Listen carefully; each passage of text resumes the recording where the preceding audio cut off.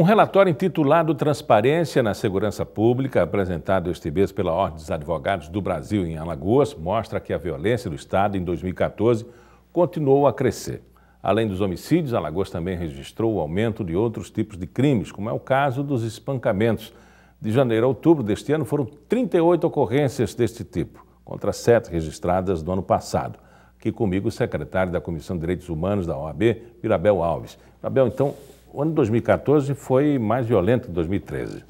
Exatamente, um ano infelizmente mais violento e com realce nessa questão do linchamento público, do espancamento. Inclusive nós, com tristeza, registramos 8 óbitos, né, fruto de espancamento, o que quer dizer que a sociedade está fazendo com as próprias mãos a justiça, o que nos preocupa, né, uma vez que existe um aparato, o aparato tanto policial como jurídico, né, existe a polícia e a justiça e ninguém tem o direito de fazer a justiça com as próprias mãos.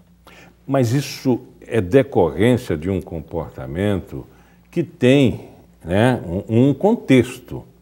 Que contexto é esse que o cidadão encontrou para fazer justiça com as próprias mãos? Olha, nós entendemos que é o descrédito, né, pelo qual atravessa tanto a segurança pública como a justiça, infelizmente.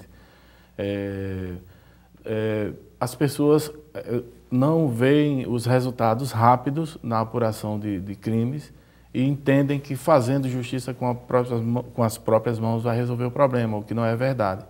Isso, muito pelo contrário, aprofunda ainda mais a violência e gera mais problemas para toda a sociedade. O que a gente percebe também é que pode estar havendo, mesmo com o crescimento da violência, uma subnotificação, que em muitos casos a gente é flagrante esse comportamento de viaturas ficarem esperando, né, a desocupação de celas na central de flagrante e no cadeião para que se registre a ocorrência. E muitas dessas ocorrências têm como vítima desistindo de testemunhar. Ou seja, há uma subnotificação. A violência poderia ser maior? Poderia ser muito maior e, na verdade, ela é maior, né? Porque, para você ter ideia, várias modalidades de violência não são sequer notificadas, não chegam a público. O exemplo da violência contra a mulher, né? Tanto ao desestímulo das pessoas com relação ao mau funcionamento do aparato de segurança, dos cadeiões, dos prédios que recebem os acusados, como há também o silêncio que se impõe por parte dos agressores, como é o caso da violência contra a mulher e a violência familiar como um todo. A sociedade se cala diante desse fato. O que aponta o relatório com relação ao número exato da violência contra a mulher? Aumentou, diminuiu? Olha, a violência contra a mulher tem aumentado. Para se ter uma ideia, nós temos hoje uma mulher morta a cada 2 horas no Brasil. E, comparativamente falando, a 2012 apresentava cerca de 8 mulheres por dia e hoje nós temos o infeliz número de 12 mulheres por dia. Então a violência contra a mulher somente tem aumentado, né, sem deixar de observar que em muitos dos casos, muitos mesmo, essa violência sequer é notificada, é conhecida porque é imposto pelo agressor o silêncio à vítima. Com relação à violência contra policiais, esse ano de 2014 se notabilizou ocorrências como o caso de Isabelle, que foi morta dentro da viatura, ainda não explicado de que maneira, com 17 tiros de metralhadora, o metralhador disparou. O sargento Hamilton, que denunciou o comando do 4º BPM, e o cabo Teotônio, que foi morto dentro de uma van ao presenciar um assalto, né?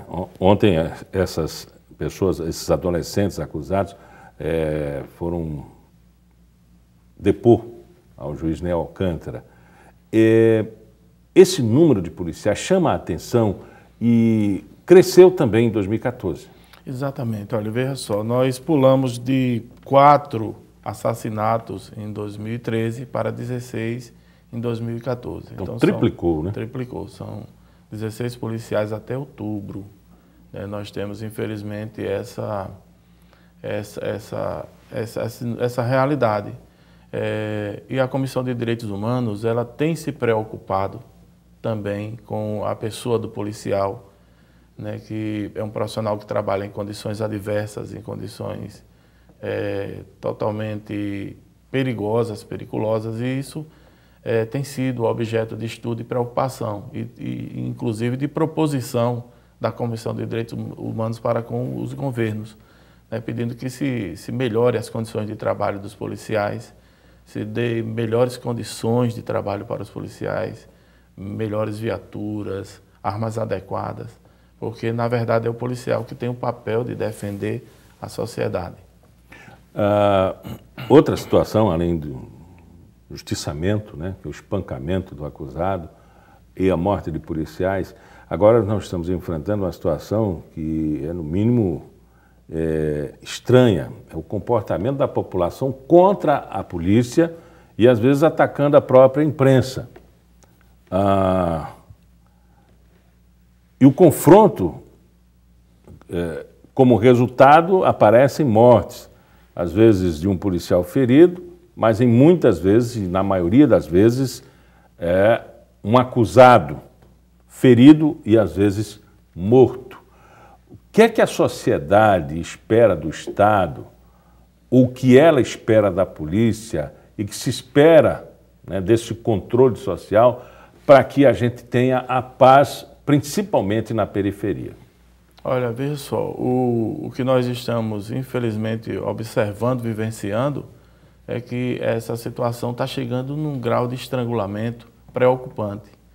A polícia não goza de boa credibilidade junto à sociedade, né?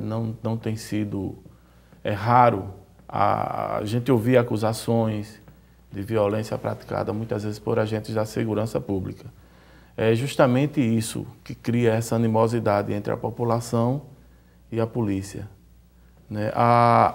Esse desenfreado número de crimes, né, contra o patrimônio, contra a vida, e a sociedade estarrecida não sabe o que fazer, né? Na periferia ocorre crimes, morte de adolescentes, isso vai gerando uma revolta. Então, se não houver uma contenção imediata com políticas de inclusão para a periferia, com treinamento para os policiais, a sociedade alagoana é quem vai perder, porque vai se aprofundar cada vez mais nesse caos da violência que nós, infelizmente, nós estamos observando de 92 até aqui.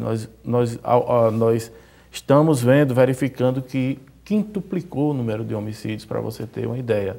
E na década de 90 nós contávamos cerca de 500 homicídios por ano em Alagoas. Hoje nós contamos cerca de 2.500 homicídios por ano só no estado de Alagoas. Então esse é o número, dados de guerra.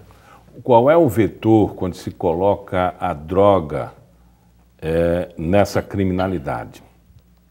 A droga é um componente, um dos maiores motivadores, é evidente, né? Porque é através da droga que a maioria dos adolescentes que se vinculam a ela terminam perdendo a vida, porque começam a contrair dívidas, né, por conta de compra de drogas, da questão da dependência química. O crack é avassalador nesse sentido, cria uma dependência muito difícil de ser debelada. E aí esses adolescentes vulneráveis socialmente são aqueles que estão na linha de frente para ser mortos pelos traficantes, que querem receber a todo custo os valores, e as famílias muitas vezes não têm como pagar, e o resultado, infelizmente, tem sido esse. O que deixa a sociedade estarrecida e às vezes até afastada dos casos que ocorrem é que se imputa à vítima exatamente isso. Era um elemento vinculado ao tráfico de drogas, ao consumo de drogas, como se fosse, a partir daí, um elemento sem importância na sociedade. E sobre os esclarecimentos, né, desses crimes, se diz isso e depois ninguém vê resultado, né, de quem foi que matou, se foi traficante, se foi polícia, se foi um assalto, o que foi que aconteceu. até mesmo o desaparecimento de um jovem na periferia, até a morte de um soldado em serviço dentro de uma viatura, não se esclarece, não se tem um tempo-resposta. Exatamente, Miguel. É como se a vida de uma pessoa que está na periferia, que consome drogas, não tivesse o mesmo valor da vida de uma pessoa, por exemplo, que está ocupando um cargo de deputado estadual, de presidente da República. Quando a Constituição Federal diz que o direito à vida é um dos direitos fundamentais da pessoa humana e não faz qualquer distinção. Qualquer ser humano, a sua vida é igual à vida de todas as outras pessoas. E o que se vê, infelizmente, é uma valoração, uma desvalorização da vida de um em relação à vida do outro, né? E o mais gritante é que aí é uma violação grave do Estatuto da Criança e do Adolescente também, quando em seu artigo 4º diz que é dever da família, da sociedade, da comunidade e do poder público cuidar do saudável desenvolvimento da criança e do adolescente. E nós estamos perdendo muitas crianças e adolescentes, inclusive para o tráfico, porque faltou a presença da família, da comunidade, da sociedade e do poder público, né? Na verdade, faltam políticas de inclusão, faltam melhores políticas na área da educação, na área da segurança pública, na área da saúde, e aí a comunidade que está mais fragilizada é que termina perdendo os seus jovens para o tráfico. Secretário, o que seria do estado de Alagoas e da sua população, principalmente os jovens da periferia, se nós não fôssemos o protótipo do programa Brasil Mais Seguro, onde conta com a presença da Força Nacional? O que seria? Olha, não somente a presença da Força Nacional, mas todo o debate que se faz tem sido muito importante. Nós estamos vislumbrando, inclusive, relatórios, encaminhamentos para que sejam aplicadas políticas inclusivas. Mas se não fosse essa inclusão nesse programa, com certeza que o número da violência estaria ainda mais preocupante, né? Hoje Maceió é a capital mais violenta do Brasil, né? Mesmo com essa ajuda importante do governo federal. O que nós nos entristecemos é que não há uma preocupação no nível que deveria haver das autoridades locais, né? Tanto do ponto de vista estadual como municipal. Tem que haver uma concentração de esforços no sentido de que essa violência seja definitivamente varrida, porque essa violência não atinge somente quem está na periferia, está atingindo todas as pessoas, toda a sociedade alagoana. Conversamos com o secretário da Comissão de Direitos Humanos da OAB, Mirabel Alves. Muito obrigado pela entrevista. Muito obrigado pela oportunidade. E o Pauta Especial fica por aqui. Até a semana que vem.